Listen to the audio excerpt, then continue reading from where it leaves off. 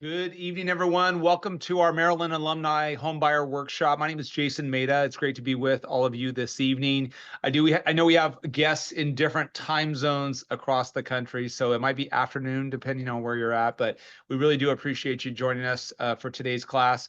This is our second installment of our Homebuyer Workshop series for 2024. We're really glad that you chose to spend some time with us on, I'm sure what is a busy Wednesday evening for you. As we launch into our classes, it's always kind of interesting to see where our guests are joining us from different parts of the country. So, if you get a second, drop in the chat where you're joining us from. We're going to talk a little bit about housing market data later on in tonight's class, but I'd be kind of curious to see where you're joining us from. So just drop in the chat kind of where you're joining us from. Tonight's class will be an hour-long session. It's a very interactive session, so we should be done by the top of the hour. But we try to interweave into that session questions from our guests. So if you do have a question as we roll through tonight's presentation, just drop those also in the chat, and then we'll do our best to answer all those questions on air. And then we'll carve out a little bit of time at the end of tonight's class to answer any follow-up questions. All right. Thanks for putting your location in the chat. A few of us from Maryland, Pennsylvania. That's great. Awesome. Thank you for sharing. Very cool. Okay, very cool.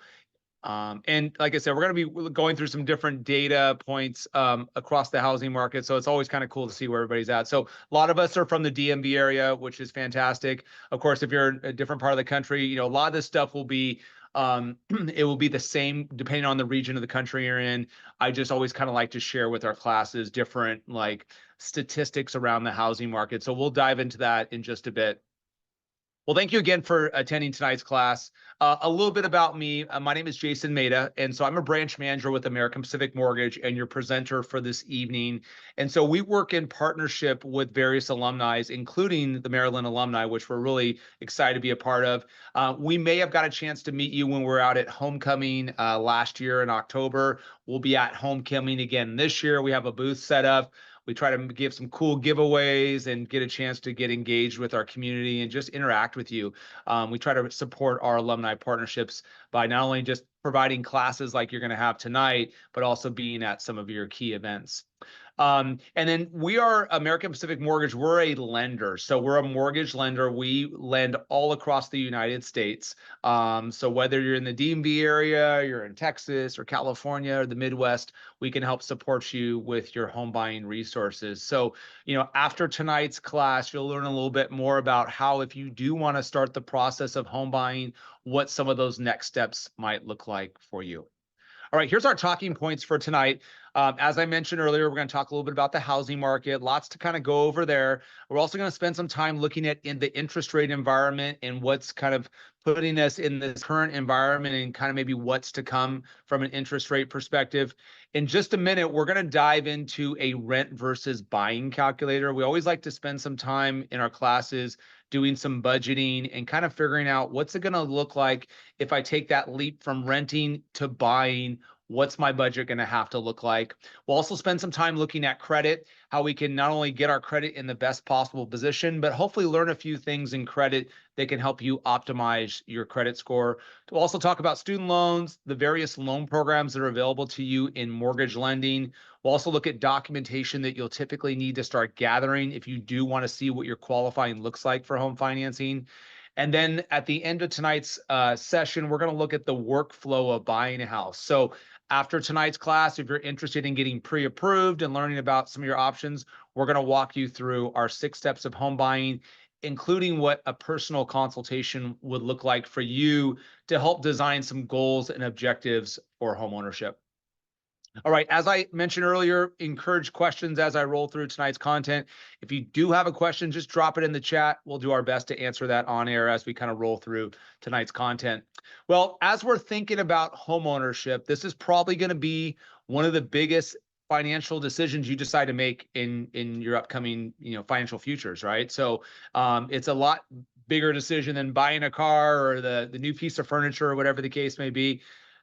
with buying a home, there's a lot of great benefits that still come along with owning a home. So when we think about affordability and creating stability in our housing budget, you can do that with home ownership.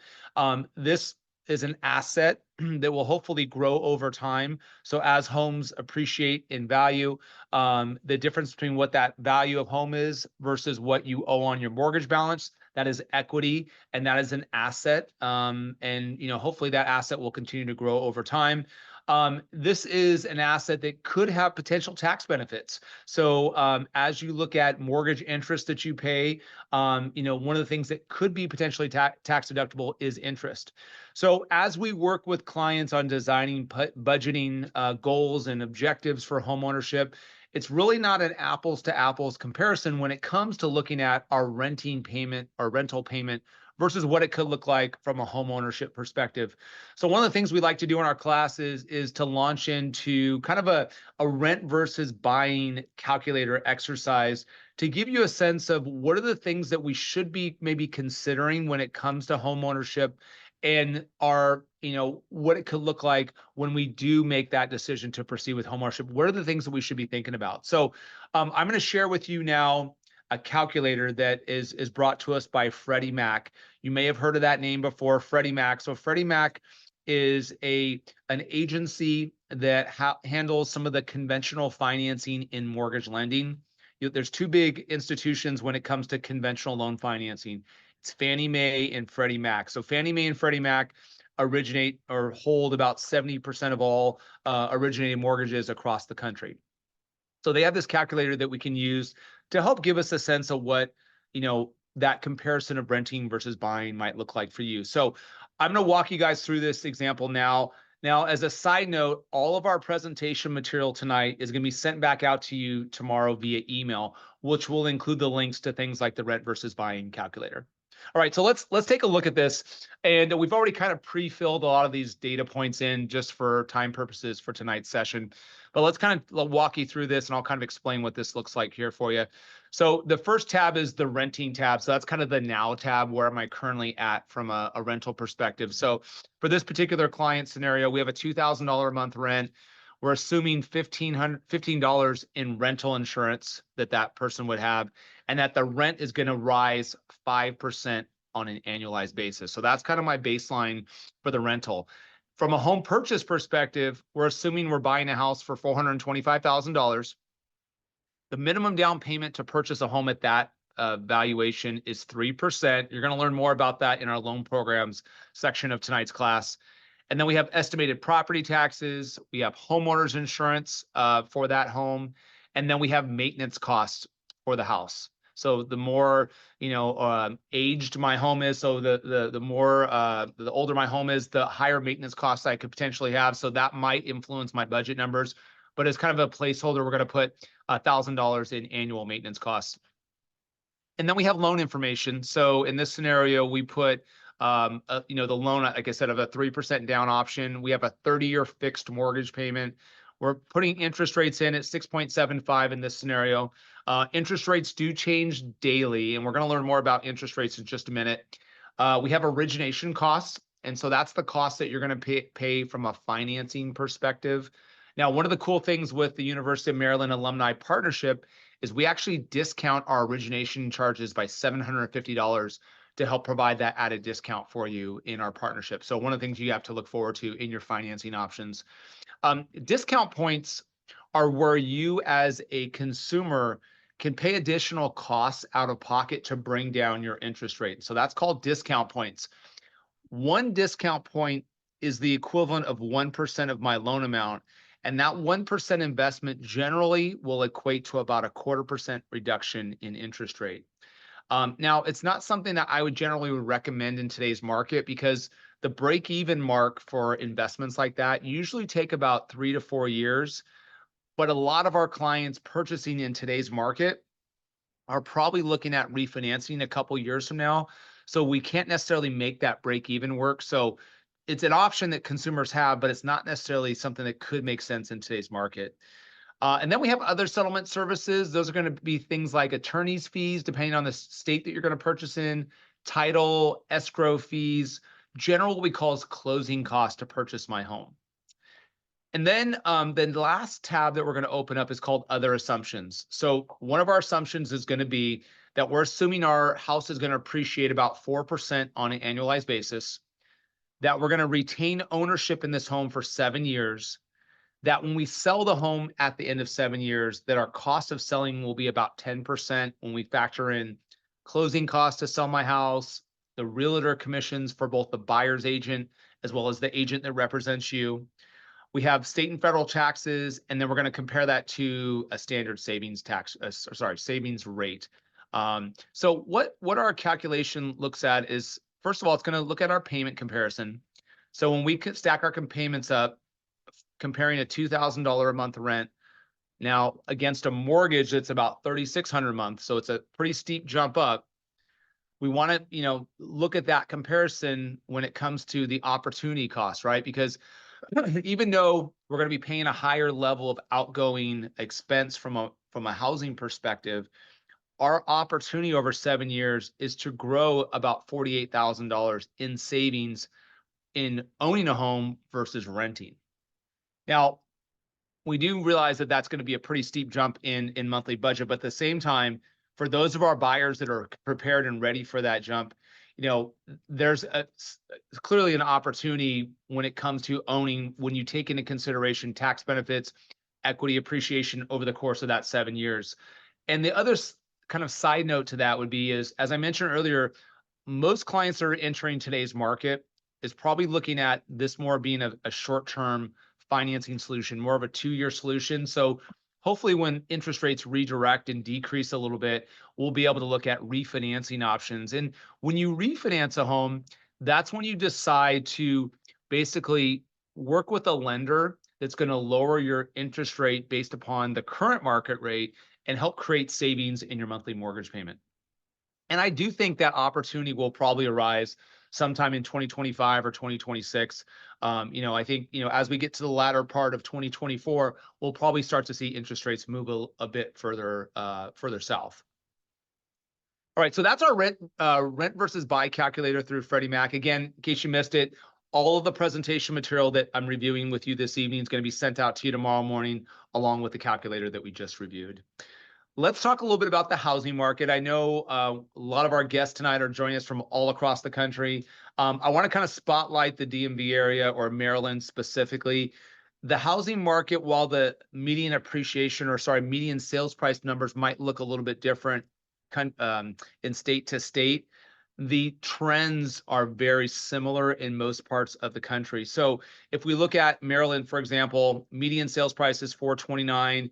If you look at kind of the trajectory of the housing market, we see kind of a nice little seasonal lift right here.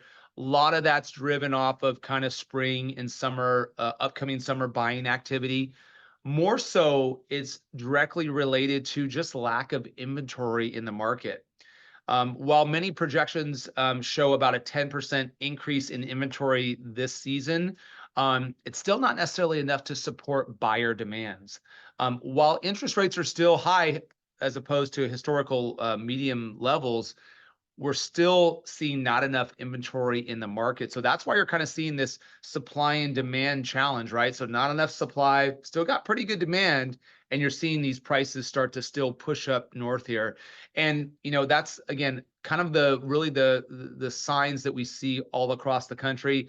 Some are more inflated than others. Like, if you're in California, for example, certain parts of the Bay Area markets or Southern California markets might have even a swifter or a more kind of direct move up north in median price.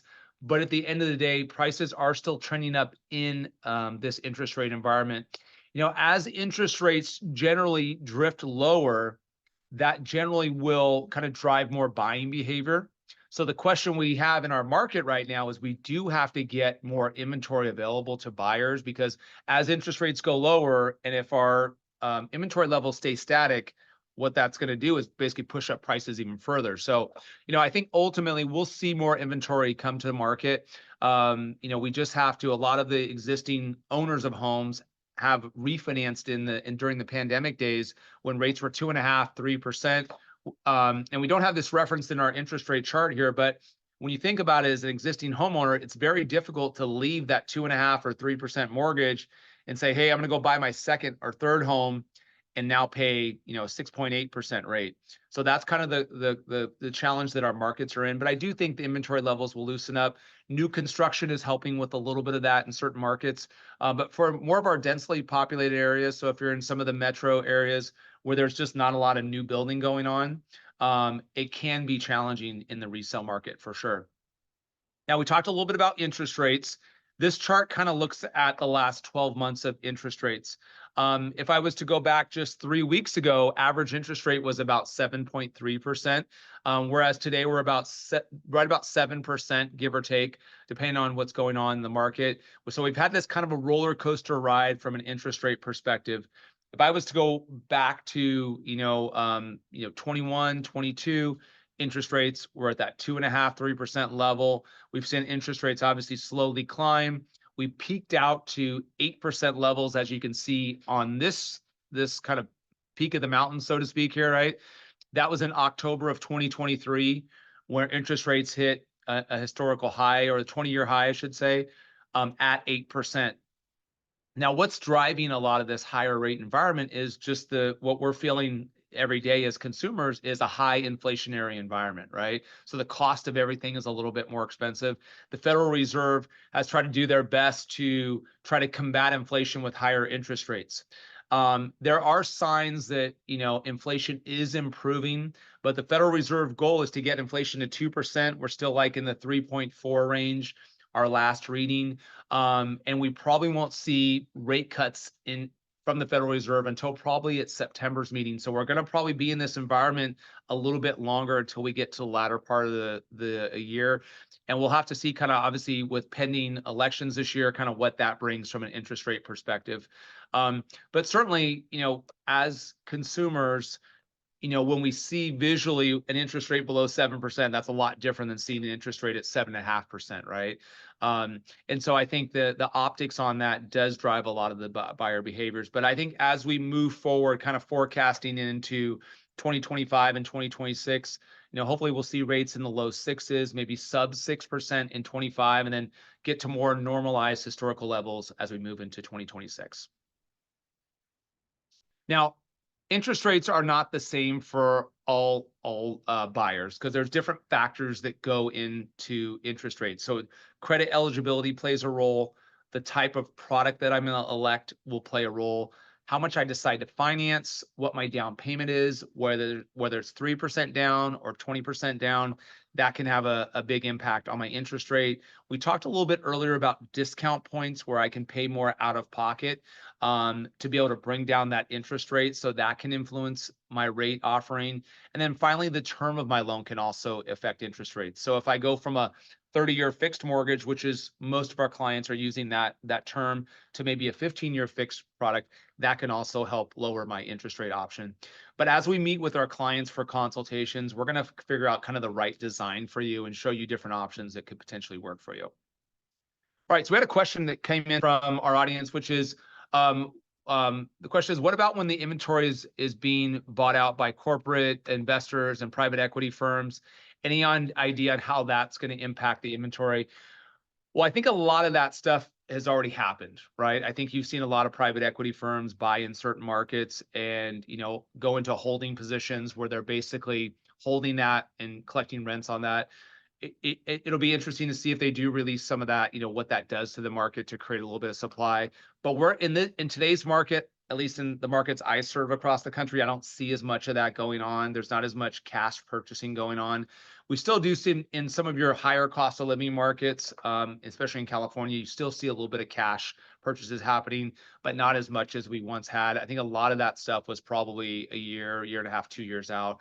But some of those firms that are holding inventory, they potentially may release that. Obviously, depends on what happens in the market, but that varies in different parts of the country.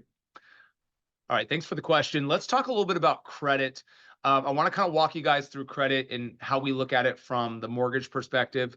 Specifically from the FICO score calculation, as I talk to clients throughout the day, one of the questions comes up a lot is, a lot of us on today's session have access to monitoring services for credit, whether it's through Credit Karma or through the three agencies.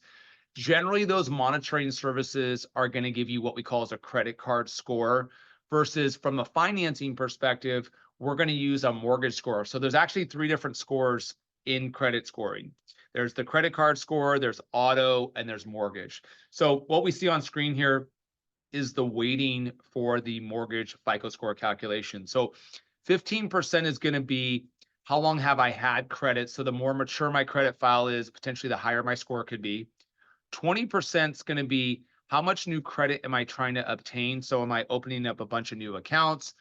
Do I have hard inquiries on my credit? Those will influence the weighting at the 20% level. Generally, new accounts that you've opened up in the last 6 to 12 months are going to be the most impactful to your credit score. 30% is going to be around revolving credit utilization. And what credit utilization is, it's the amount that you have in credit balances versus what your credit limits are.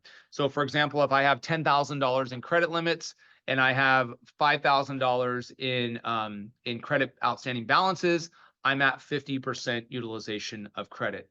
Now, ideally, I want to have my credit utilization be below 10%. And, if I'm kind of running a little bit higher on my credit balances, my first kind of goal to hit would be to try to get below 50% utilization of credit. Okay. Let me give you a quick tip on how to manage utilization. So when you have some time, pull out your credit card statement, and there on that credit card statement, there should be two dates that I want to have you take a look at. One is your statement date for the credit card. The other is of course, your due date, right?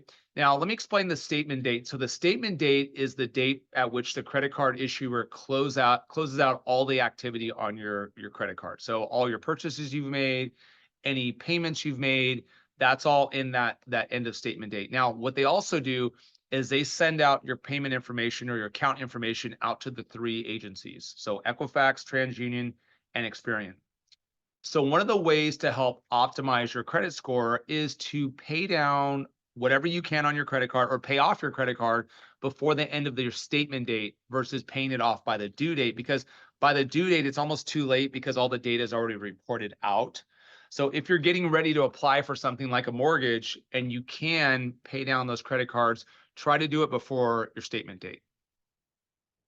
The last weighting to the mortgage score is going to be payment history. And so that's going to be how I paid my bills.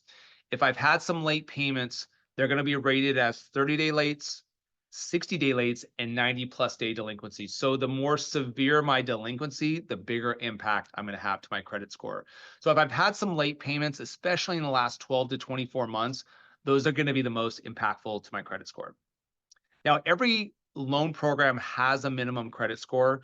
You can see some of those on screen, like the FHA loan has a minimum credit score of 580, conventional 620.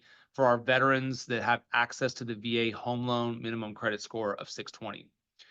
Now, we've had more major events like bankruptcies, maybe a short sale, some collections. Those will remain on your credit report for at least 7 years. The time at which from that date of event, usually within 12 to 24 months from that event, that's going to impact your score the most. Now, the other thing I want to kind of spotlight for you is closing out revolving accounts. And a lot of people don't realize this, but when you close out a revolving account, like let's say a Visa credit card or American Express, whatever the case may be, when you close out that account, it actually takes away all the history from the credit scoring model because you now no longer have that activity on the account. So if I paid really well on that account and I had a large credit limit, not having that anymore could decrease my credit score. So you want to be really careful with that. As I mentioned earlier, there's three agencies that report. There's three different scores that come out from each agency, and they're different for each agency. And the reason why is because they each have basically a different risk model for each credit agency. Now, from a mortgage perspective, we always take the middle credit score on all three bureaus. So what that means is, and let me give you an example. So let's say I'm at a 760 credit score as my top score, my middle score is 740, and my lowest score is 720. We're going to take 740 as that middle score from a qualifying perspective. All right.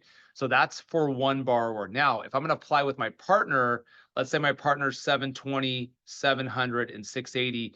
The 700 score is what we're going to use because we take the lowest middle score between both borrowers. That's important to understand because that can influence your interest rate. It can influence mortgage insurance, which we're going to talk about in just a few minutes. And of course, the product selection that you have for you. All right. So one of the questions in the chat, and I'm just going to read out to the group, which is why might my credit reports show higher revolving credit utilization when I really only use less than 30% of my credit line on average? So we would have to kind of take a look at that. So I think just to kind of rephrase that question. So why is my utilization showing a little bit higher on the credit bureaus than what it really is? It might be the timing at which you're paying off your credit card or bringing down your balance, kind of to my point earlier about kind of managing to that statement date or cycle date versus paying on your due date. That might be changing up kind of how your utilization is reflected. We can always talk about that question offline too. There might be some other things that I'm maybe missing on that question. In terms of negative items and how long they're going to be with you on your credit, this is kind of a matrix that shows you how long things will retain on your credit file. So like things like hard inquiries, they're going to be with you for 2 years, late payments, 7 years. As I mentioned, the most recent 12 to 24 months is going to be kind of the impact, but ultimately, this is how long that impression will be on your credit report. One thing I forgot to mention to you, in starting our process, we don't start with a hard inquiry. We always start with a soft inquiry. And the reason why we do that, because many of our buyers are first-time buyers, and we just don't know exactly when they're going to start that process of owning or pursuing home ownership, right? So we always start with a soft credit to be able to give us a kind of a baseline of where they're at credit perspective, and then build a home buying plan around that. So, and a soft credit check is different from a hard credit check because a soft inquiry does not impact your credit score. Another question in the chat was, sometimes my credit score drops 10 points, even though I paid on time and I have low balances. What could make this happen? There's a variety of different reasons. It could be just, maybe you have a limited amount of revolving debt and maybe you're not showing enough activity. Could be a new account that you opened. Could be the type of account that you've opened. Could be inquiries. So there's a variety of different reasons. More often than not, it's usually revolving credit cards and maybe kind of just where the balances are at that time of the month, and depending on where it hit on your statement date. Just as a side note, one of the questions I do get in credit quite a bit from clients is around auto loans or installment loans that you've paid off.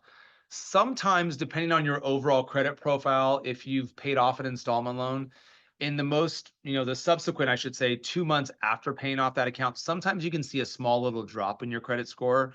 I think it's just the way the credit score models are recalibrating things, but I've heard that before. So don't be alarmed if you see that, happen in the first 2 months after paying off an installment debt. That score should rebound right back. One of the things we do during our consultations with clients for their one-on-one session is dive into credit. And like I said, try to figure out ways to optimize their credit score so we can access the best available program for them. So that's one of the things we do as part of our consultative process. Now, in our conversations, we do talk about student loans, and student loans are obviously part of the equation because they are obligations we have as buyers. Now, at the same time, a lot of us are going through student loan forgiveness, and that's great. I hope all of our clients get that. But some of us still will have ongoing federal student loan debt or private loan student debt. So there's ways that we calculate that from a mortgage perspective. So if you're in active repayment, we'll obviously be able to figure out what that payment is. Some of our clients are in income-based driven repayment programs, and that's generally the lowest payment option. Some of our clients haven't restarted or started payment activity on their student loans. So different loan programs have different calculations for that. For example, on a conventional loan, generally we take 1% of the outstanding aggregate balances and factor that as the monthly payment. So like on our scenario on screen, if we had $75,000 in debt, and we need to qualify that client, they would qualify with a $750 total payment. But if they used an FHA product, it would be at a 0.5% factor, which would be $375 on a monthly perspective. But for clients that are in income-based repayments, that's the payment we use. So if someone was at, let's say, a $250 per month income-based repayment, that's what we can use from a qualifying standpoint. If you're back in school and you're in deferment or you're still in forbearance, we still have to use a minimum payment when it comes to qualifying for a mortgage. Even if you have, a lot of our public employees, so public servants that have the public servant program that will have forgiveness at the end of 10 years. If they're still, year 2 or whatever of their program, then we would still have to count a minimum payment for qualifying. All right, let's talk a little bit about loan programs. And what we do in our classes, we like to spotlight 5 programs that typically our first-time buyers will be looking at access to, right? So I want to kind of give you a kind of a high-level perspective of each product, and then we'll kind of dive a little bit deeper into a few other characteristics, including what mortgage insurance looks like in home financing. So the first one is the conventional loan. I mentioned it a little bit earlier, which is they're under the Fannie Mae and Freddie Mac umbrella. That's about 70% of all originations across the country. Generally, the conventional loan will have a minimum credit score of 620. The minimum down payment is 3% of your purchase price, up to a loan amount of 766,550. Now, in different parts of the country, there's what we call high cost of living areas. I know one of our guests in tonight's class is from California. So, for example, big surprise in California, there's a high cost of living area, which our loans for Fannie Mae and Freddie Mac can go up to 1149, 300, or 500 in high cost of living areas. So Fannie Mae and Freddie Mac have different areas across the country with maximum loan amounts. There's, it just depends on, what part of the country you're in. If you're in, Virginia, for example, Virginia is another high cost of living area that, we would be able to go up to the higher loan amounts. Now, the difference is once we go beyond a maximum loan amount of 766,550, that minimum down payment from 3% jumps to 5% because it's what we call as a high balance loan for some of those high cost of living areas. All right. The second product is the FHA product. That is a government insured program. So FHA stands for the Federal Housing Administration government insured loan, has a minimum down payment of 3.5%. You heard earlier or saw earlier that we had a minimum credit score of 580. That maximum loan amount will vary by different parts of the country. So what I'm showing you here is in the Maryland market is a maximum loan amount of 498,257. So that'll change in different parts of the country, but the down payment remains the same at 3.5%. We're going to talk about FHA mortgage insurance in just a bit because that's a big differentiation piece on FHA loans. FHA is going to have a lot more flexibility from a guidelines perspective. So, if I've had a couple lates in the last few months or so, FHA would be okay with it. Where conventional, it might be a little bit more challenging. And then I think just a quick little side note with FHA loans, a lot of clients think that if you're a first-time buyer, you're going to by default look at an FHA loan, which really isn't the case. So conventional loans, FHA loans, the VA home loan can all be used for first-time home buyers, even the USDA and the jumbo loan products. So the next product is the VA home loan for our veterans that have eligibility for that product. The VA loan is a fantastic product, and it allows clients that are veteran VA eligible to finance 100% of their purchase price. And there really isn't a limitation on loan amount. So you could have a $1 million house and get 100% financing through the VA home loan. The veteran generally will have a certificate of eligibility that we would help process for them to show that they have eligibility. And one of the cool things about the VA home loan is whether you put down 20% or nothing down, there is no mortgage insurance on the program. Now, there is what we call as a VA funding fee, and that amount varies depending on how many times the veteran has used their VA home loan or if they maybe have an exemption for the product. And then the next product is the USDA home loan. Those are for clients that want to purchase in more rural areas. There's 2 big qualifiers for USDA. We look at there's the maximum housing household income. There's also geographical restrictions, so it has to be in a USDA allowed area, and there's different parts of the country that are eligible for the USDA product. But USDA is also a 0% down option. It can be a great tool to help our first-time buyers too. And then finally, the jumbo loan. Those are for clients that need to purchase a little bit more at a higher level of purchase price. So it just needs a little bit more financing. Jumbo loans aren't very common for first-time buyers. It's usually for our second and third-time buyers, but it's a resource that we can certainly still take advantage of. The reason why most first-time buyers are not using jumbo loans is because it is a higher purchase price generally, but there's also higher credit score requirements, usually at least a 680 credit score. And most importantly, the down payment is usually anywhere between 10 to 15% down of the purchase price, but there's also additional asset requirements, what we call as reserves, which reserves will generally be an amount of assets equivalent to 12 months times your mortgage payment that you would have in additional assets. So if I had a $8,000 mortgage payment times 12, I would need an additional $96,000 in assets beyond what I've already saved in, let's say, down payment and closing costs. Now, one of the things that comes up in our conversations with clients as we build home buying plans for them is the discussion around mortgage insurance. And what is mortgage insurance? Well, mortgage insurance is insurance that insures the lender basically against default if the buyer had some challenges with their account. Now, there's two forms of mortgage insurance. There's private mortgage insurance, which are going to be for our conventional loans, and there's government insured mortgage insurance, which will be on FHA loans. So let's talk about both. First of all, the conventional loan for our Fannie Mae and Freddie Mac loans have different payment options. So you can pay it monthly as part of your mortgage payment. You can pay it up front. You can split part of it up front. You can pay some of it monthly. Then you can also buy completely the mortgage insurance out in its entirety.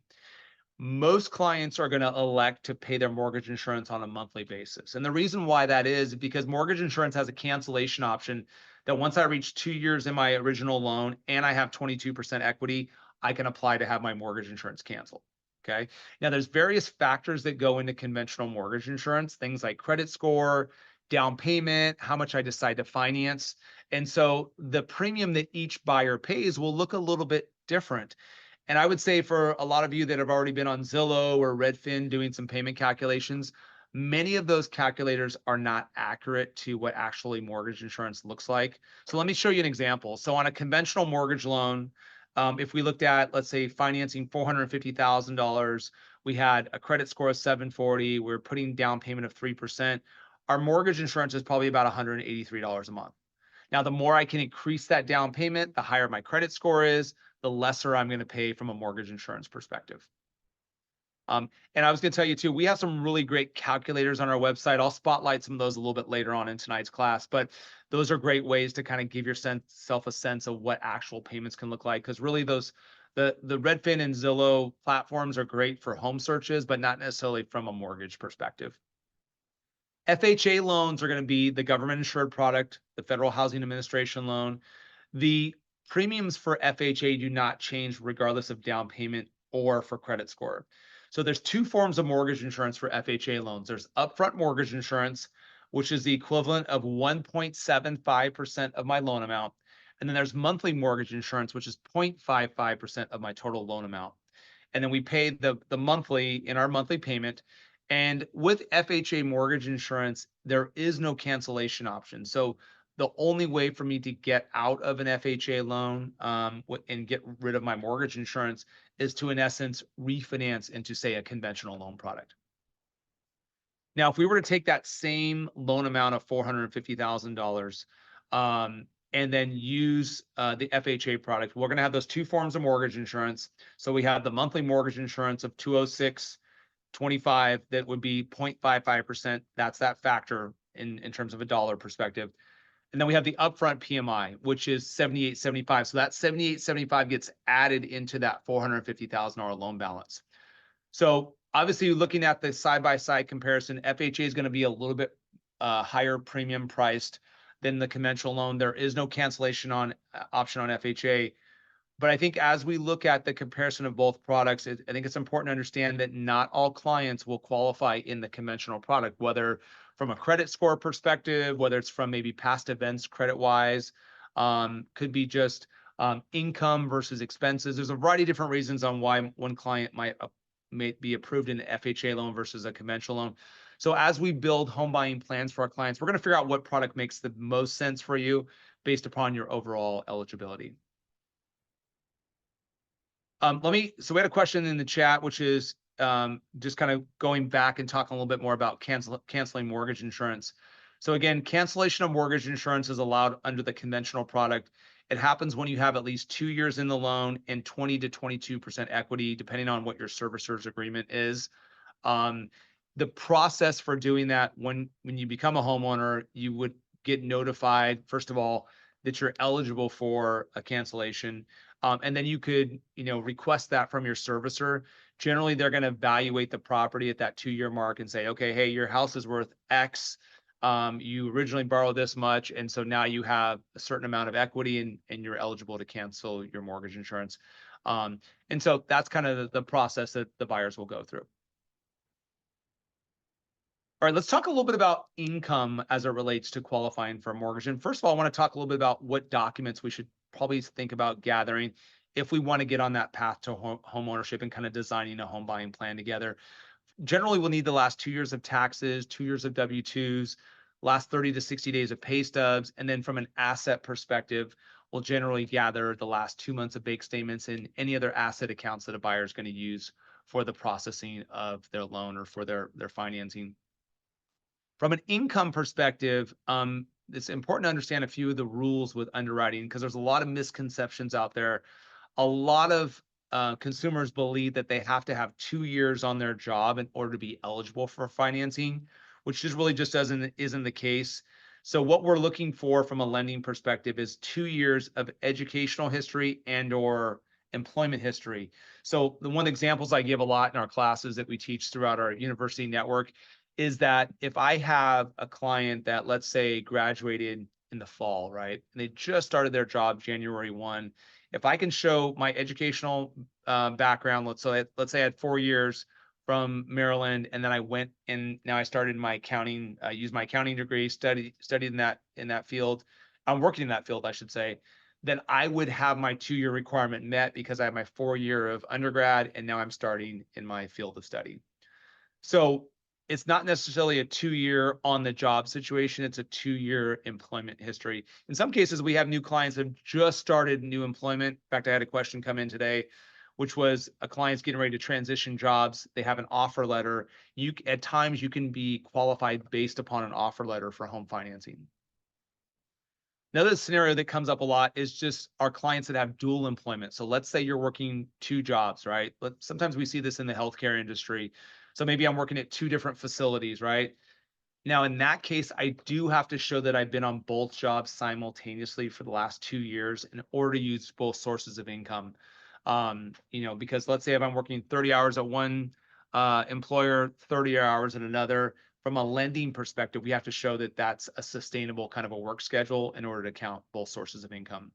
If I have side employment, like let's say I'm driving for Uber or Lyft and I have a 40-hour work week job, also in that case, I have to show that I've been working in both sources of income for the last 2 years. For our self-employed clients, so if you're 1099, you have your own business, we do have to show that the business has been active for 2 years of tax filings to be eligible for home financing. And the last thing I want to kind of spotlight from an income perspective is around other sources of income. Let's say I have a spouse or a partner that is contributing to my household, but they're not going to be a part of the home financing. So if we're just going to qualify off my income, but we have a spouse or partner that's contributing, in order to count that income from a qualifying perspective, I do have to have that person on the application with me. Otherwise, it can't be counted. Some programs will allow us to count like rental income into the equation, but for the most part, those kind of ancillary income sources have to be factored in either through that other party being part of the loan application. One other thing I just want to make note of, if you're on variable compensation, so some of our clients that have restricted stock that they earn as part of their compensation, bonuses, commissions, stuff like that, when you have a base salary plus those variable sources, we do have to show that you've been with your employer for 2 years in order to count those variable sources. The base salary can automatically be included, but the variable sources, you have to show that you've been on the job for at least 2 years. Okay, so question in the chat was, for the 2 months of bank statements, would that mean that we have the down payment money in like a treasury bond? For example, we need to show that we move the money out of maybe a fixed asset account into our checking and savings account. It just really depends. The standard rule of thumb is getting the last 60 days worth of bank statements, because that's generally clients will have most of their funds. But if there's a brokerage account involved or a CD or wherever your money is going to be at for your home purchase, we're going to eventually probably want access to those statements so we can see and kind of validate the origination of those assets. All right, let's kind of stay with the theme of income, and I want to talk about income versus expenses. So from the lending standpoint, we do a calculation called debt to income ratio. So it's our expenses like our new mortgage payment, our other existing obligations like our student loan or our personal loan, maybe an auto loan, credit cards. We take those expenses versus our income, and it comes up to what we call a debt to income ratio. Usually, we don't want our expenses to exceed more than 43 to 45% of this income figure. Now, we use pre-tax income for the calculation. So we all know, for those of us that are W-2 employees, like, we don't necessarily take home what our gross figure is, right? Because we have benefits, we have federal, state taxes is applicable. So we're using a pretty generous calculation. So I think it's important to understand, as future first-time buyers, that we're really kind of probably looking more at as an affordability, as a more important kind of conversation to have. So as we meet with you for your consultations, we're going to figure out what an affordable number is, not necessarily what the qualifying number looks like, because those numbers could look a little bit different for you. But I think it's important for you to understand what debt to income ratio is. And so this is kind of how that calculation spells out. So we have our principal, interest, taxes, and insurance for my new house. If I'm putting less than 20% down for that conventional loan, I know I have mortgage insurance, right? If you're buying a condo, maybe a townhouse, you might have homeowners association dues. Then I also want to add in my other obligations that I have existing. And then I divide that by my pre-tax gross monthly income, right? And so in this scenario here, our buyer is right around a 35.29% debt to income ratio.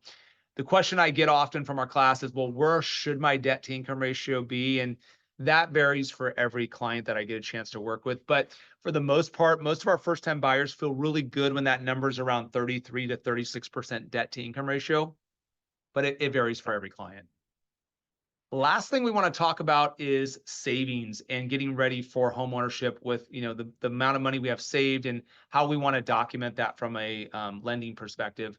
So we talked a little bit about the savings and, looking at checking and savings accounts for the last 60 days. Other ways that we can verify 401ks, 403bs, IRAs.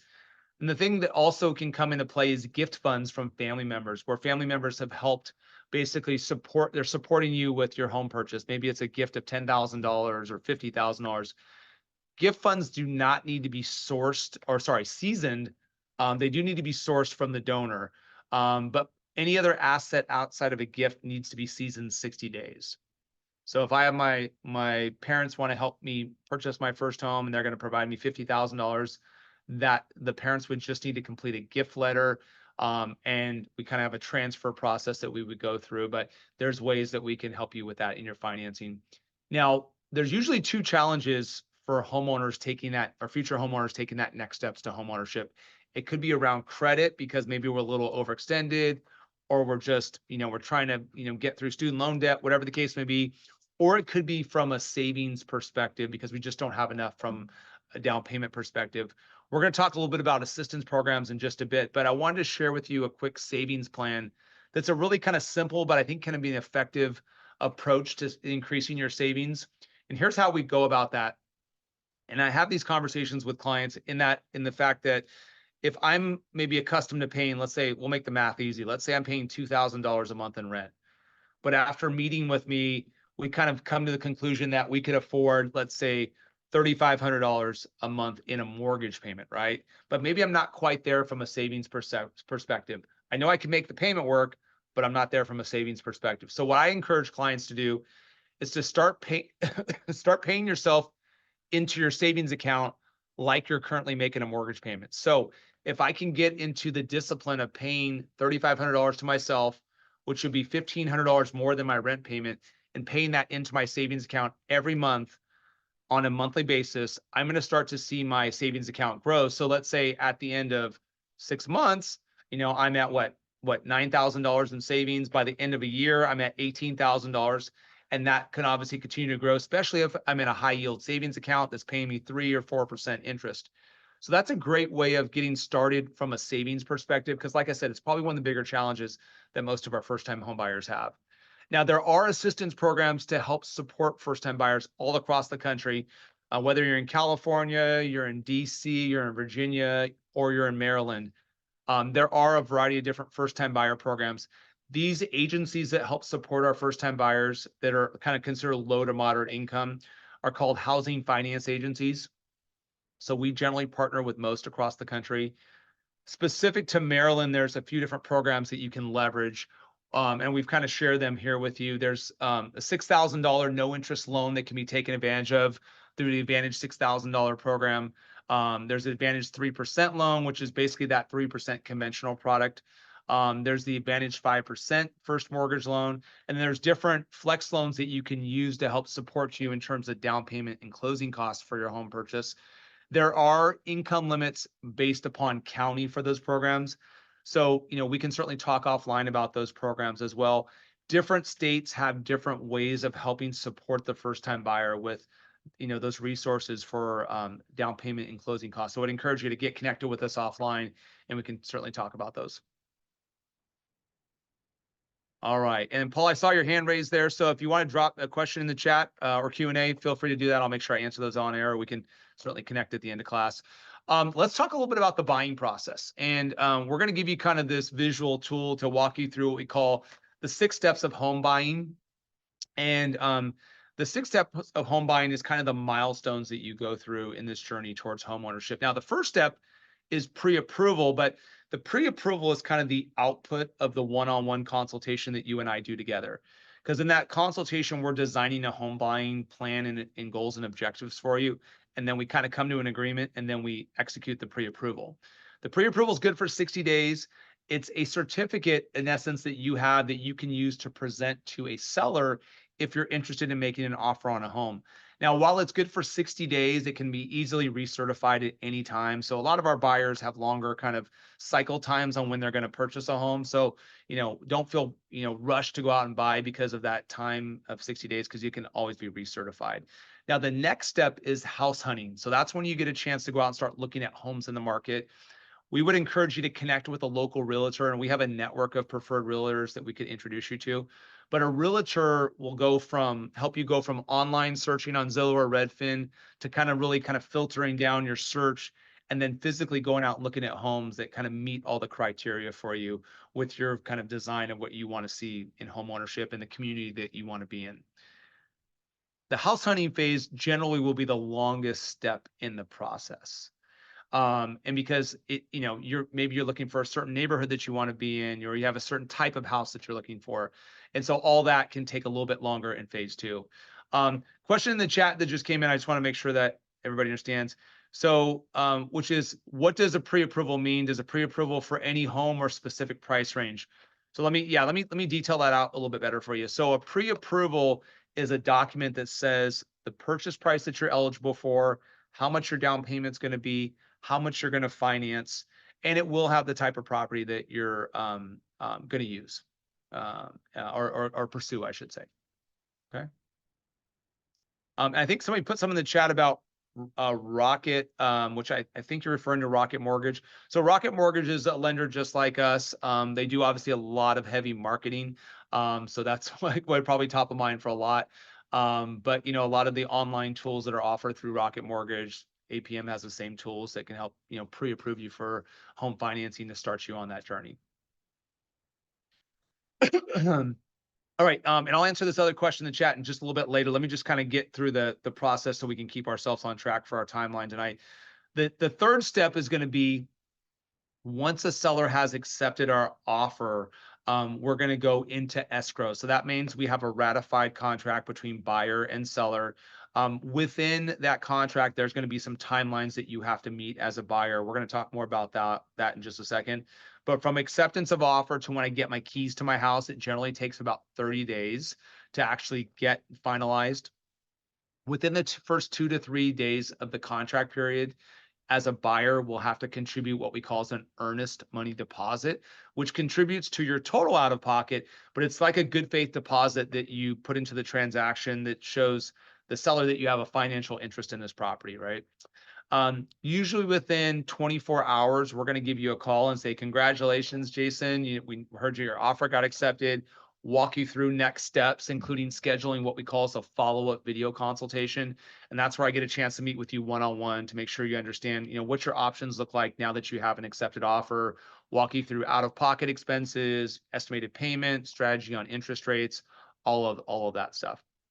And then within 72 hours of that follow-up consultation, we issue to your disclosures that kind of outline everything we've talked about during that meeting. Here's kind of a slide that shows you a little bit more about what earnest money deposit looks like. It is usually 1 to 2% of your purchase price, but it does vary based upon where you're at in different parts of the country. So it may be 1% in Maryland, but if you're in the San Francisco Bay Area, it might be 3%. So, but as a rule of thumb, it's usually 1 to 2% of your purchase price. Now, in most contracts, there's a thing called a contingency period, which is ultimately like the first 14 to 17 days of the contract. It allows you to do your homework on the property or due diligence, which would include getting your house appraised, getting your house inspected, and then getting your loan approved. So that contingency period is really important because it's protecting your deposit while you do your homework to make sure the property is really good fit for you. That'll really take you up to about 3/4 of the way through the process. Now, step 4 is going to be processing and underwriting of your loan. That's where we do all the administrative tasks of your financing, verify your employment, verify your assets, have your interest rate locked in for your financing. Interest rates can vary over the course of your home search, but when your offer gets accepted, then your rate generally gets locked in. And there's some strategy to that we go through during your follow-up consultation. Step 5 is issuance of the loan approval from the underwriter. That's puts you about 3/4 of the way through the process. It also takes you to the end of your contingency period. So by that time, you probably have your appraisal back, your inspections are done, and of course, your loan approval is completed. So at the end of contingency, as a buyer, you can sign off on your contingency, which basically represents to the seller that you've done your kind of due diligence and you feel comfortable moving to the final stages of the process. At that milestone, we're also going to deliver to you a final closing disclosure, gives you a 3-day cooling off period before we get to step 6, which is the closing of the loan. And that's the in-person activity, because everything up to that point, all your disclosures are all electronically delivered. But at step 6, you sign final documents in front of a notary public and or attorney. You also on that day will be responsible for wiring in your funds that you have out of pocket remaining. And what happens is those funds get reconciled along with the lending funds, and then an escrow or attorney team will then record documents with the local county recorder's office. They generally record a grant deed to transfer ownership to you, from the seller to you, the buyer. They also record a deed of trust, which is your agreement to repay the loan.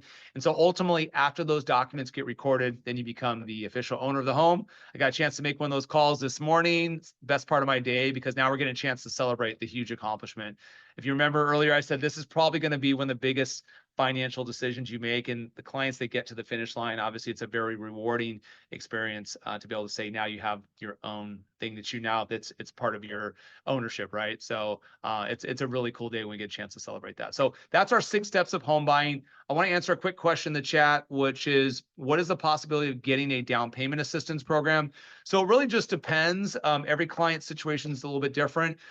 We would encourage you to get connected with us after today's class, and love to be able to see which first-time buyer program might work best for you, and depending on, of course, where you're looking to purchase. If you're thinking about moving forward in the process, want to give you a couple different resources. One, if you have like scenario questions you want to run by us, you can do an introductory call with us. It's a free 10 to 15 minute session. Hopping on a call just to kind of go through your particular scenario.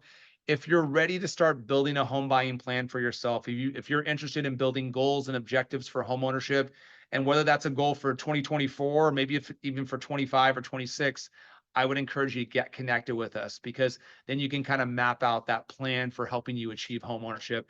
It is a free service that we provide to our clients. So there's no fee for doing that meeting with us.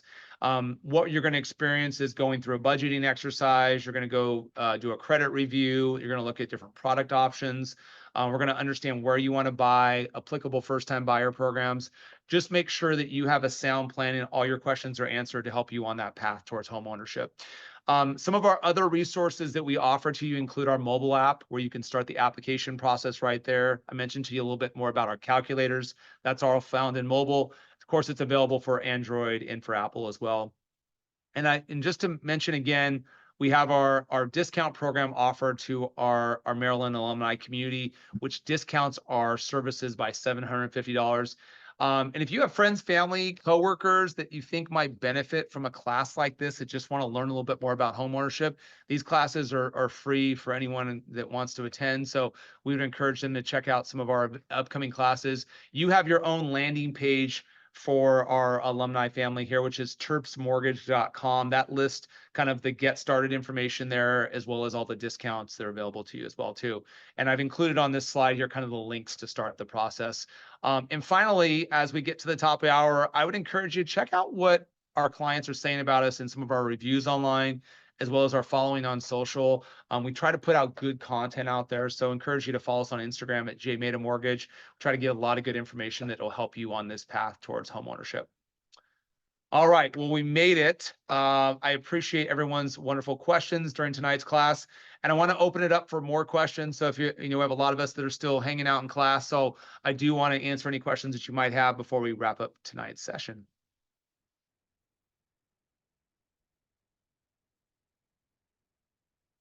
Any questions from our audience?